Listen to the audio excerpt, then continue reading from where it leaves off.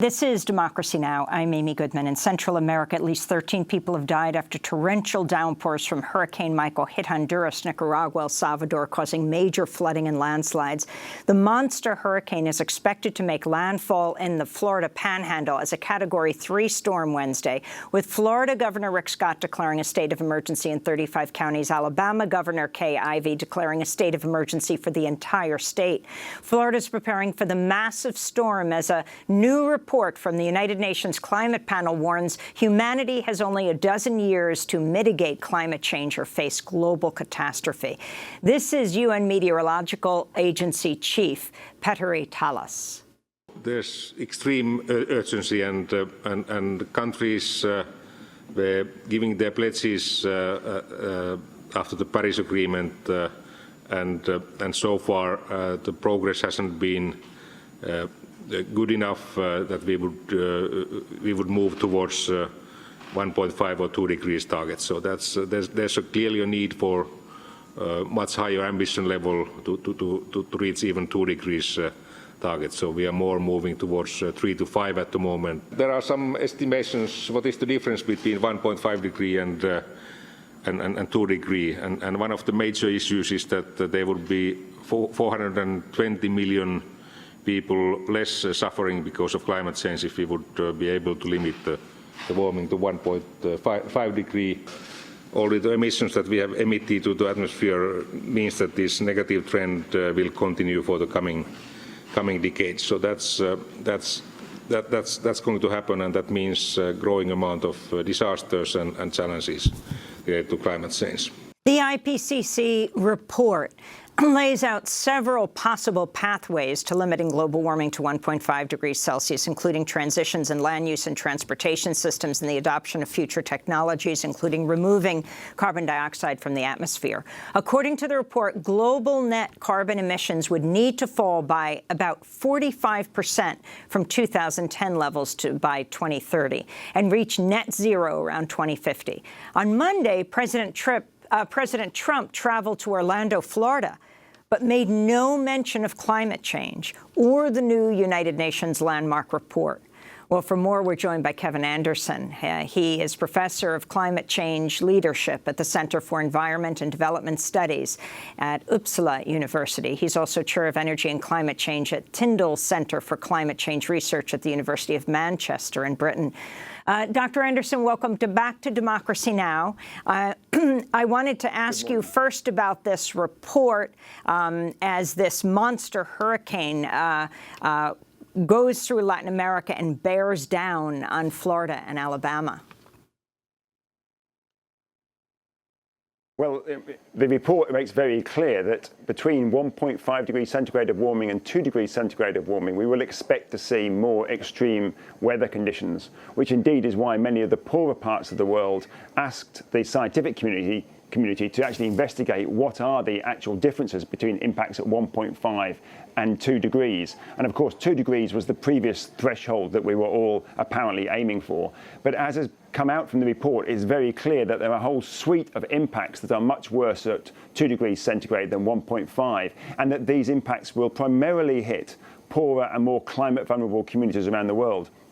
So it's a very important report in terms of the impact, understanding the impacts of climate change, and making clear that we must aim really for 1.5 rather than 2 degrees. Though, as we probably discuss later, I think even 2 degrees is looking very hopeful now. You write in your response to this landmark UN report that climate change is ultimately the responsibility of a few high emitters. Explain who they are. Well, just to put some numbers on this, about half of global emissions arise from the activities of just about 10% of the world's population, and about 70% of all global emissions of carbon dioxide come from about 20% of the world's population. And very closely, the emissions relate to the wealth or the income of the citizens. So a professor like myself will be a relatively high emitter. Typically, professors live in large houses. They'll have a relatively large car. They'll travel quite often. Some of them I know would have second homes. They'll sometimes use business flights. They'll consume lots of goods. So it does correlate quite closely with income. So my concern here is that when we try to address climate change and reduce our emissions by focusing on all 7.5 billion people, I think it misunderstands where the actual responsibility for the emissions reside, and therefore we're not developing policies that need to be tailored to that particular 20%. So many people listening to your show now in the US or elsewhere in the world will be medium to low emitters. And to them, yes, it's important they make some changes, but there will also be people listening to this show who are very high emitters. And it is those of us that really the policies need to aim at to drive the emissions out of our lifestyles. And we must make sure in doing that, we don't impoverish people who already are struggling with the current economic system. Who are the highest carbon emitters, Dr. Anderson? The highest carbon emitters, well, they're going to be the very wealthiest in this world. From a climate point of view, when you hear the Al Gores and the DiCaprios talking about climate change, and you look at their carbon footprint, they'll be many thousands of times more than an average African, and many hundreds of times more probably even than many Americans. So it is that sort of, the very wealthy are the very high emitters, but also I think a professor like myself, senior lecturers in universities, the people who are more what we like to see as senior, the language we use, senior in our organizations, whether that's in companies or in the public or indeed the private sector, these people will be the high emitters. So, I won't make any comment on journalists, but certainly some of the journalists I'm familiar with, they are also very high emitters. So it is that upper echelons of society. And in terms of countries? Oh, in terms of countries, well, the biggest emitter now is China, followed by the US. But in both of those countries, of course, there's a big difference between the high emitters within that country and the low emitters within that country. So, the two big emitting countries, though, are the US and China, and then obviously shortly followed by the European Union. So can you talk about what the U.S. is facing right now, this monster hurricane hitting the Panhandle?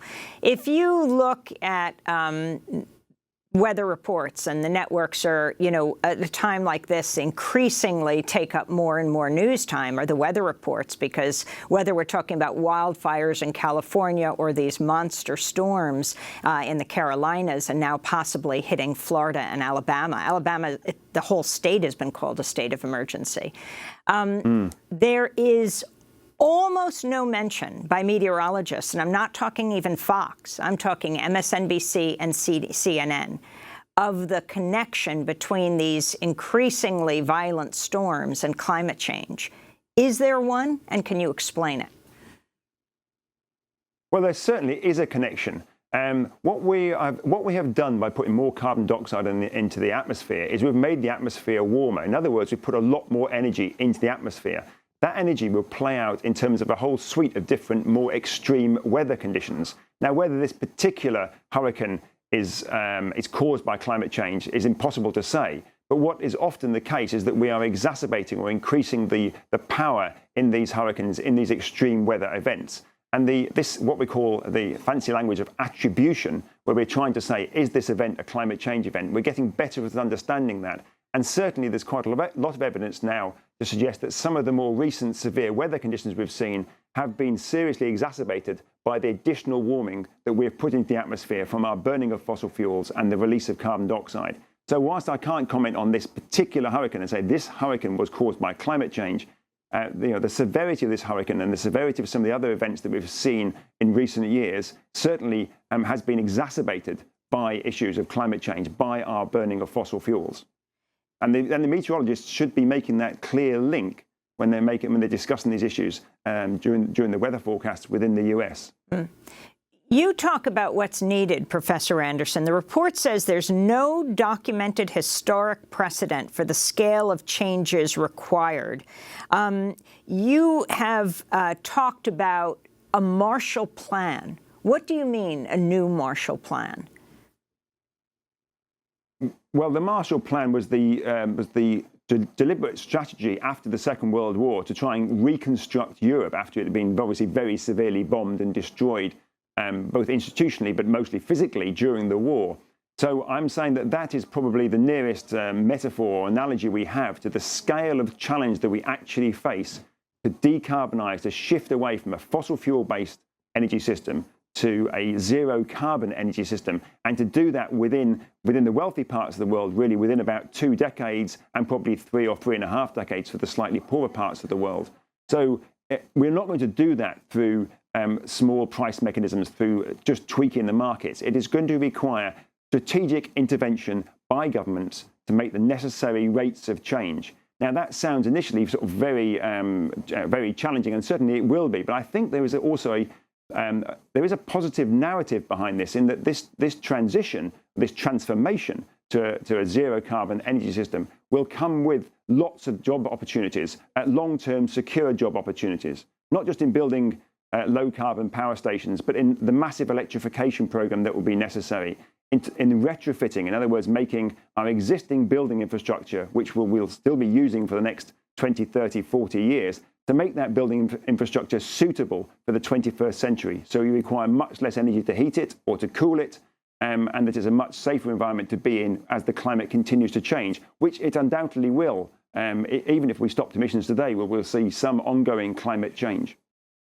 You have criticized the IPCC for constraining its policy advice to fit neatly within the current economic model. Can you explain? I mean, for some to have a landmark report like this is simply critical, because we live in a country in the United States where the president proudly denies climate change, calls it a Chinese hoax. And so to have any kind of report like this, but you're a critic of the report in some respects. Well, certainly, whilst I think it is a really good report in trying to understand the impacts between 1.5 and 2 degrees centigrade of warming, when it comes to what we have to do about it, I think, again, it runs scared of really being very honest. And given it's effectively a scientific report, I think our role as scientists and as academics is to tell it like it is, not to colour it or sweeten the pill to make it more attractive. So my comments here are that, and it's not just with this report, it's been repeatedly come out of the IPCC. So whilst we're quite direct and honest about the impact side, when it comes to what we have to do about this, we run scared. We don't want to scare the politicians or the public. We don't want to move away from this sort of the energy systems that we have today. So we always try to broadly sort of massage the status quo, so incremental changes, if you like. And what I'm saying is that actually, when you really look at the numbers behind the report, look at the numbers the science comes out with, then we're talking about a complete revolution in our energy system. And that is going to beg very fundamental questions about how we run our economies. And again, you can turn around and say, well, that seems just far too removed from the current economic system we have. But we have to remember it's only been, well, it's 10 years now since the banking crisis, and many parts of the world are still suffering the repercussions of that banking crisis. So the current economic framework has struggled within its own remit, if you like. So I think this has been a real opportunity, which we are now losing, to reshape that economy so it's an economy that's suitable for society, not a society that's suitable for the economy. And I think the policymakers, sort of the academics, have just run scared of this, of being honest about what our numbers tell us about the rates of change that we require, and how we have to move the productive capacity of our society from building second homes for professors or private jets or private yachts or large four-wheel drive cars, moving from that to building public transport, electrification, improved homes for everyone. So it's a shift of that productive capacity, the resources and the labour, from the, if you like, the luxury for the 20% to the essential low-carbon infrastructure for all of us. Dr. Anderson, the effect of Trump pulling the U.S. out of the Paris Agreement. We just had a segment on Brazil. The frontrunner, Jair Bolsonaro, who our guest called open fascist, extremely far right-wing candidate, has promised that he will pull out of the Paris Agreement as well, and would abolish Brazil's Ministry of Environment, which environmentalists fear would lead to deforestation of the Amazon. Your thoughts on both Bolsonaro and Trump? Well, they're clearly, from a scientific perspective, and I would also argue probably from a moral perspective, they are completely out of tune with what our analysis is saying. I also think we have to be very careful when we see these extreme figures, and both of these, I think, are certainly extreme figures. We have to remember that they are a little bit of noise on the system. The general trend line is more recognition that climate change is a serious issue. Even the poll data in the States shows this. I've not seen data for Brazil, so I'm not sure. But so we are seeing climate change events, and people are thinking this is an important issue. Because some of our, perhaps not always the brightest people who are leading our countries can't understand that, or think that they have a political base they have to appeal to who do not want to hear that message. I think the rest of us should not run scared of them. We just have to redouble our efforts. And indeed, when President Trump decided to pull out of the Paris Agreement, which of course he can't do yet anyway, but plans to, then the Chinese and the French stepped forward and said, well, we will try and make some extra effort to compensate. And we also see in the US many mayors saying actually climate change is still an important issue. So the US is not a dictatorship. Trump cannot dictate what the population of the US is going to do. Of course, he is important and he is influential, but so are the mayors. So it is incumbent on the rest of us who are more informed by the science, and I would argue with a more reasoned, moral and progressive background to our analysis. It's up to us to redouble our efforts and make sure that we move in the right direction and not to run scared of the Trumps of this world. There are plenty of them. They will come and they will go. But the overall issue of climate change, the physics of climate change, is here to stay, regardless of the ephemeral whims of the occasional president. And in this last minute, what does the future look like? How bad can things get if we proceed on this course? Well, the way things are going at the moment, I think it is quite reasonable to think we are heading to about 4 degrees centigrade of warming across this century. That would be utterly devastating. Just remember the difference between now and an ice age is about 5 degrees. So we're talking about changes that would normally occur over probably tens of thousands of years, occurring over little more than 100 years. And 100 years in some respects sounds like a long time, but many of the people listening to this, their children will still be alive in 100 years, and certainly their grandchildren will be.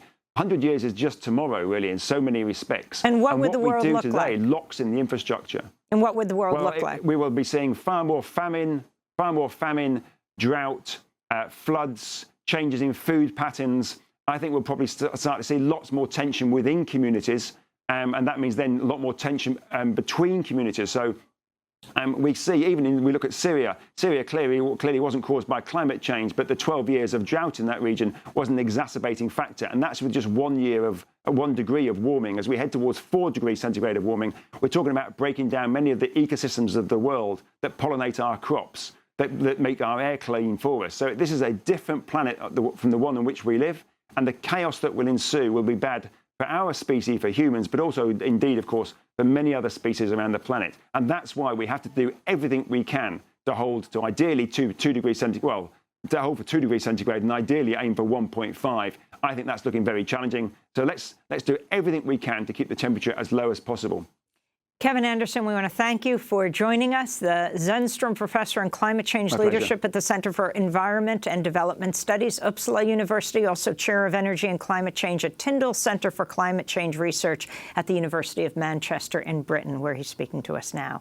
This is Democracy Now! When we come back, we will talk about nuclear weapons with the Representative Beatrice Finn of the International Campaign to Abolish Nuclear Weapons, which won the Nobel Peace Prize last year. Stay with us.